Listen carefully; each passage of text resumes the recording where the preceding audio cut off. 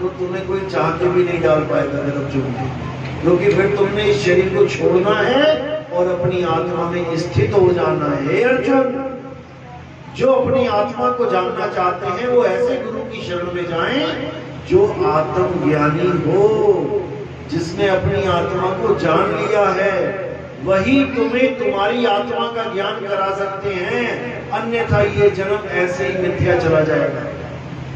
एक बार आत्मा का ज्ञान हो जाने पर, अध्याय 4 35वां श्लोक, एक बार आत्मा का ज्ञान हो जाने पर तुम्हें इस दुनिया में कोई भ्रमित नहीं कर पाएगा। क्यों नहीं कर पाएगा? क्योंकि तुम्हें पता लग गया कि मैं शरीर नहीं हूं, मैं आत्मा हूं, मैं अजर अमर हूं। अब मैंने क्या करना है? मैंने मरना नहीं है, अब मैंने शरीर को सही तरीके से छोड़ना है। बस इतना सा काम है। शरीर को कैसे छोड़ना है ये भेद तुम्हें गुरु बताता है, और तुम उस भेद के अनुसार इस शरीर को छोड़ने की तैयारी में लग जाते हो।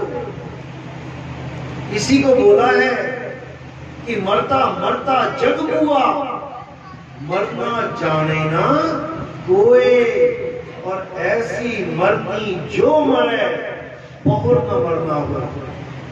सारी दुनिया कह रही है मौत आएगी, देखी जाएगी, आएगी, और जब आती है तो क्या कहते हैं? अरे मुझे डॉक्टर के पास ले जाओ, अरे मुझे ठीक करवा दो। फिर क्यों हालत खराब होती है? फिर क्यों डॉक्टरों के पास भागता है? अगर मौत से डरता नहीं है तो सबकी हालत खराब हो जाती है। कोई बोलता उस मंदिर में जाके मन्नत मांग ले, भागा जाता है। कोई कहता वहां झाड़ा लगवा ले, झाड़ा लगवाने को भागा जाता है, तब हालत खराब हो जाती है। लेकिन बचता फिर भी नहीं है कि पता लगा मंदिर में जाके ठीक हो जाऊं, बच जाऊं हमेशा के लिए। अरे एक बार ठीक हो गया, 2 बार ठीक हो गया, लेकिन फिर भी मरना पड़ेगा। तो इसीलिए बोला हम ना मरे मरे वो संसारा। अब मैं नहीं मरूंगा। क्यों? अब मुझे ऐसा गुरु मिल गया जो मुझे मरने का तरीका बता दे। मरने का तरीका का मतलब है शरीर छोड़ने का तरीका। जब मृत्यु आती है तो तुम ये शरीर कैसे छोड़ते हो? 9 दरवाजों में से छोड़ते हो। कौन से 9 दरवाजे हैं? जैसे इस घर को, अभी तुम घर में घुस गए हो, जब इस घर को छोड़ोगे तो कहां से निकलोगे? जहां से आए हो वहीं से निकलोगे। तो इस शरीर में जो तुम बैठे हो, जब इस शरीर को छोड़ोगे तो कहां से निकलोगे? 9 दरवाजे हैं इस शरीर में। 1, या तो कान से निकलोगे, 2 आंख से निकलोगे, आंखें मोटी मोटी बाहर आ जाएंगी, 3, 4, 5, 6 नाक से निकलोगे, ब्लड आ जाएगा नाक में से, 7 मुंह से निकलोगे, ये लंबी सी जीभ बाहर आ जाएगी, और 2 दरवाजे नीचे हैं, या लैट्रिन निकल जाएगी मरते हुए, या पेशाब निकल जाएगा, पेंट गीली हो जाएगी, पेंट पीली हो जाएगी। ऐसी खतरनाक मौत होती है, लेकिन सबको निकलना पड़ेगा। चाहे कोई हिंदू है, चाहे मुसलमान है, चाहे सिख है, चाहे ईसाई है। हंसने की बात नहीं है। हॉस्पिटलों में जाके देखो कैसे जीव छोड़ता है शरीर को, तुम्हारी हालत खराब हो जाएगी। तुम्हारे सामने जब मौत नाचेगी तब तुम्हें पता लगेगा कि इस दुनिया में मजे करने नहीं आए भाई, इस दुनिया में मौत का इंतजाम करने आए हैं इंसानी चोले में। बाकी चोलों में आप मौत से नहीं बच सकते। इस इंसानी चोले में तुम सही तरीके से इस शरीर को छोड़ के अपनी आत्मा में रमण कर सकते हो, अपनी आत्मा में स्थित हो सकते हो, अपनी आत्मा में लीन हो सकते हो। तो आत्मा अमर है और तुम भी अमर हो जाओगे, क्योंकि तुम ही आत्मा हो। लेकिन अज्ञानतावश अपने आप को आदमी, अपने आप को औरत मान के बैठे हो। याद रखो, तुम्हें मनुष्य चोला मिला है, मनुष्य चोला। चोला क्या होता है? क्या होता है चोला? कपड़े। कहते बाबा जी का चोला देखो कितना लंबा चोला पहन रखा है। चोला है कपड़े, ये शरीर है कपड़े। कपड़े कितने प्रकार के होते हैं? टेलर्स होते हैं, tailor, Gopal tailor, Shabnam tailor, क्या लिखा होता है वहां पे? Ladies and gents. यही दो प्रकार के कपड़े हैं। तो यहाँ पर कितने प्रकार के कपड़े बैठे हैं? दो प्रकार के, लेडीज एंड जेंट्स। अब ये जो कपड़े हैं हमारे दो प्रकार के, जैसे कोई पैजामा लेने गया, पजामा, तो दुकानदार कहता है हाँ भाई लेडीज पजामी दिखाऊं कि जेंट्स पजामा दिखाऊं? कोई कुर्ता लेने जाए तो पूछते हैं हाँ लेडीज कुर्ती चाहिए या जेंट्स का कुर्ता चाहिए।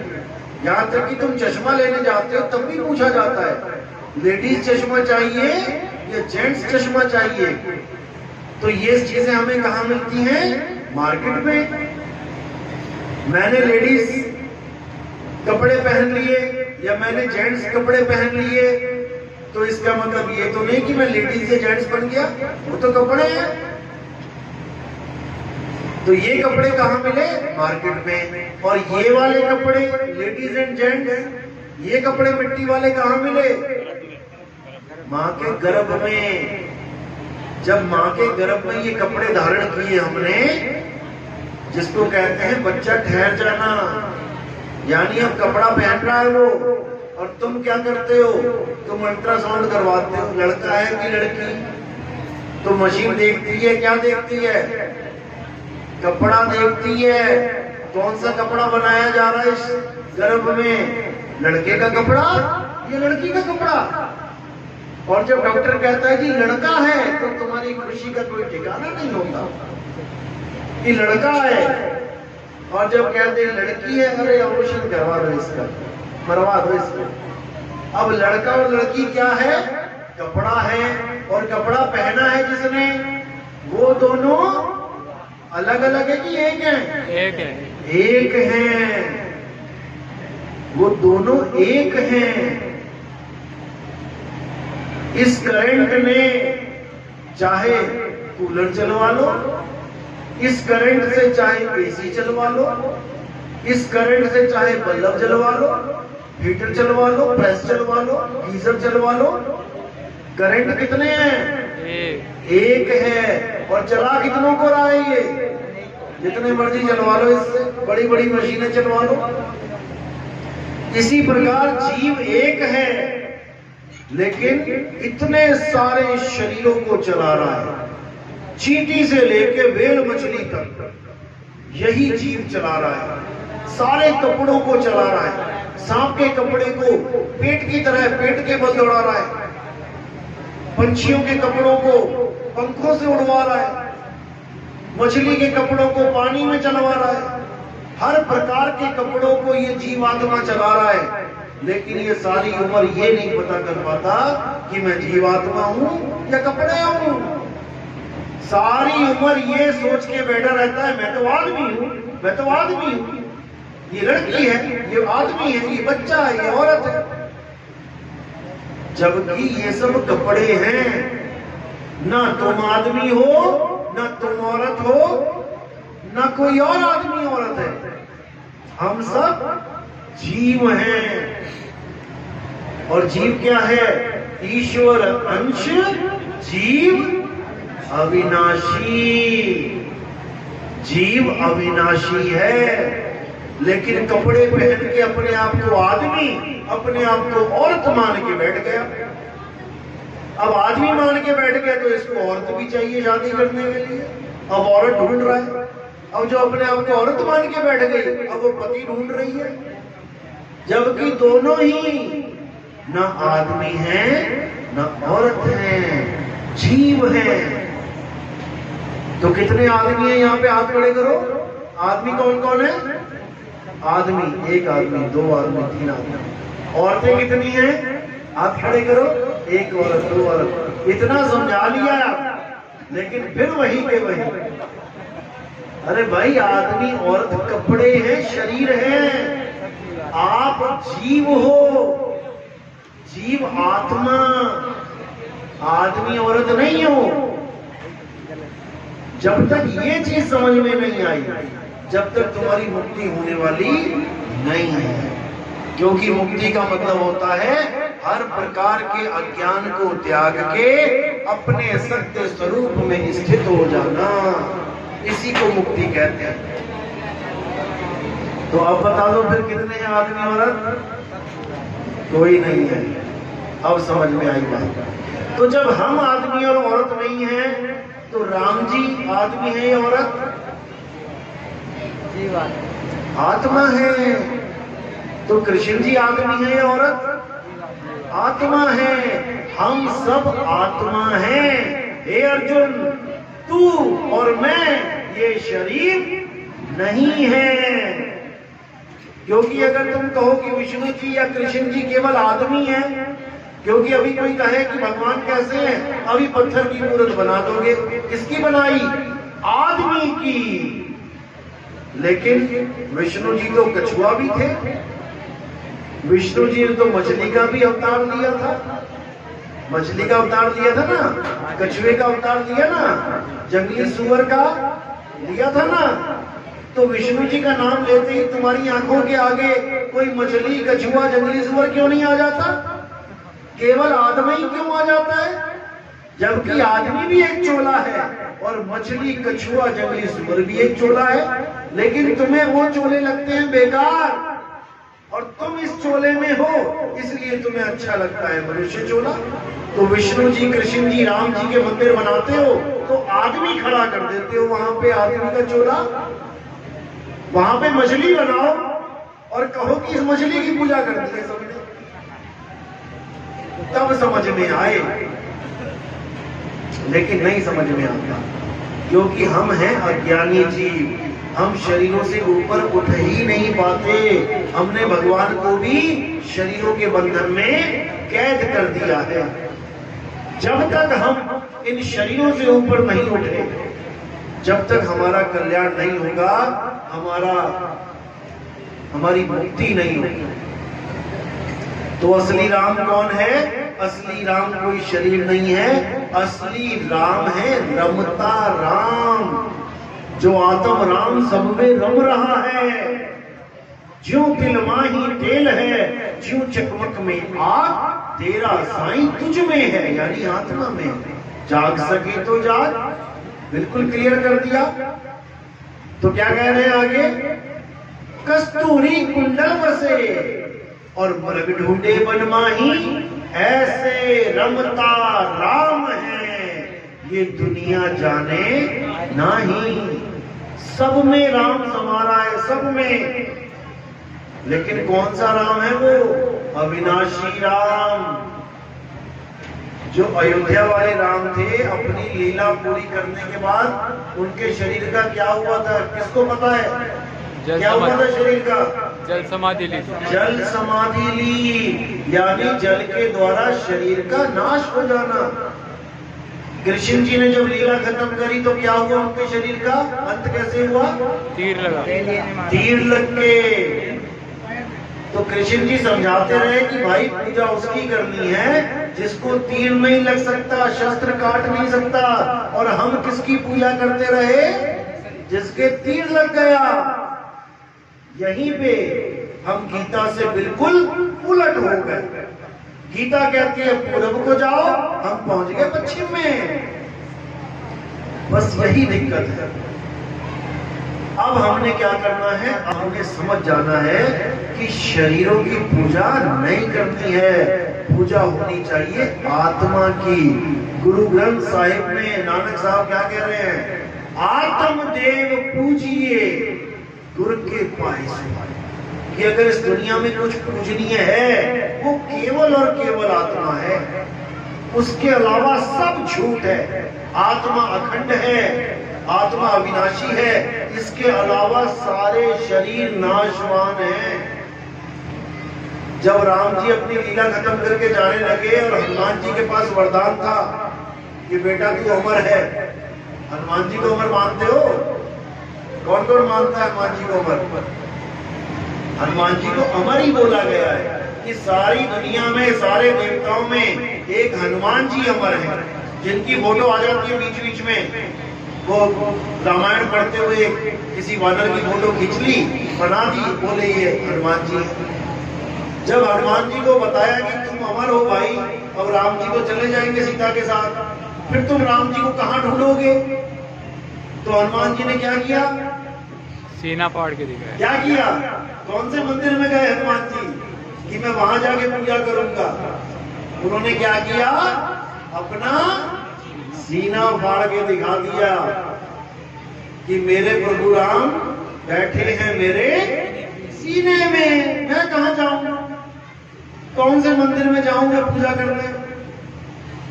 गाते भी हैं आप लोग, मेरे रोम रोम में बसने वाले राम, मैं तुमसे क्या मांगू?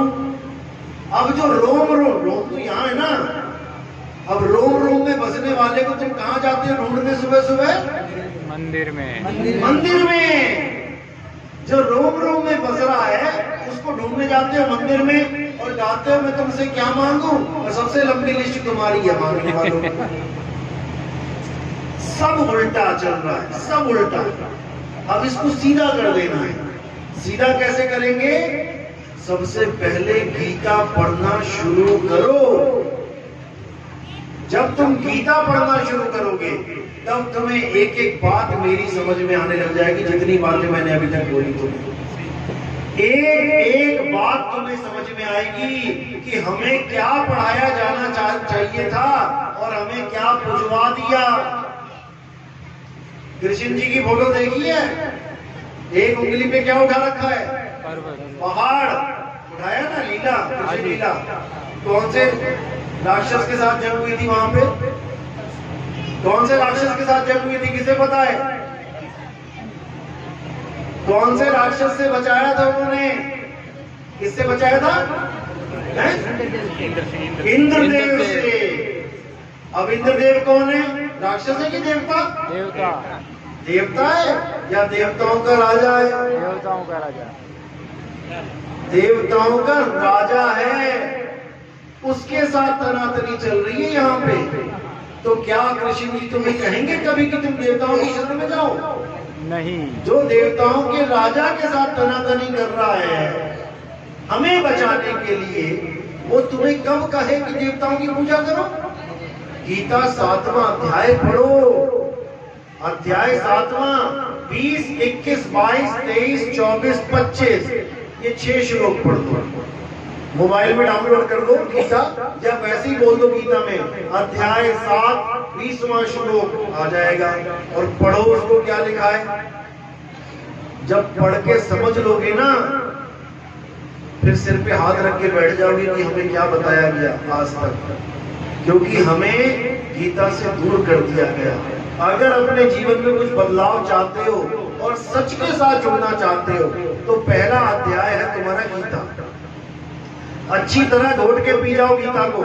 जो गीता में लिखा है वो सत्य है, और जो गीता में नहीं लिखा है और वो चीज तुम्हें कोई पढ़ाना चाहता है तो उसको मत मानो। सबसे पहले गीता को अपने जीवन में लेके आओ। जब तुम्हें गीता अच्छी तरह समझ में आ जाए उसके बाद तुम्हें केवल एक कदम और आगे बढ़ना है। वो कौन सा कदम है? वो सतगुरु कबीर साहब की वाणी। जब तुम कबीर साहब की वाणी पढ़ना शुरू करोगे, कब?